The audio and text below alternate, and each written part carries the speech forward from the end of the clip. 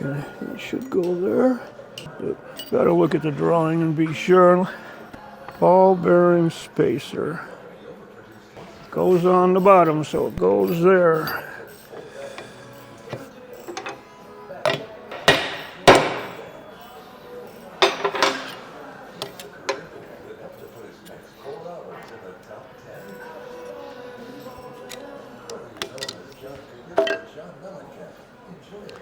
Hey, you guys got some pretty cool videos up when I was looking at them the other day. Thanks to you. I think they're pretty cool though, no matter whose they are.